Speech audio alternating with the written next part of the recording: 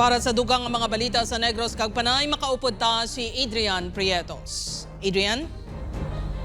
Yes, George, mga puso, madamong ginya salamat. Lalaki nga nangawat sa motorsiklo ginpulihan Castigo sa Bacol City. Sa Banwa naman sa Murcia, pagkarga sa motorsiklo sa van na hulikam. Nakatutok kay Lynn Pedreso.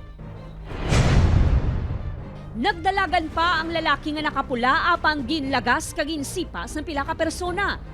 Wala pa makontento, ginsumbag pa sa mga ini ang lalaki bisan nga natumba na. Natabo ang insidente sa Barangay Banaco, Bacolod City. Nagpadulong kuno sa lugar ang lalaki nga nakapula para manukot sa ginbaligyan sinisang motorsiklo apang.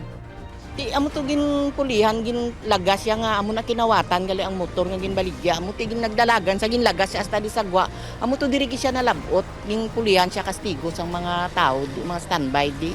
Wala na nagpa-interview sa news team ang residente nga ginbaligyan sa motorsiklo.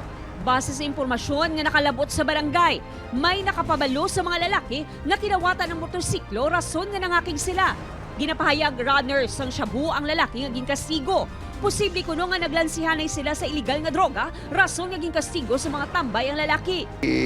May mga utang, ikuan ang motor, di ang mga tambay to. Ang motor na kastiguan sa kay mga tambay to, ti basi ga runner man, ti ang motor na kuan sa kay ti cash ang ginapangita, hindi motor. Ginkumpiskar na sang kapulisan ng motorsiklo nga ginbaligya sang lalaki. Sa sini nga CCTV, makita nga ginatulod sang lalaki ang motorsiklo nga nakapark sa kilizang dalan sakop sang barangay Blooming Street, Murcia. Gilayon niya nga ginkarga ang motorsiklo sa van nga nakapark man sa unhan.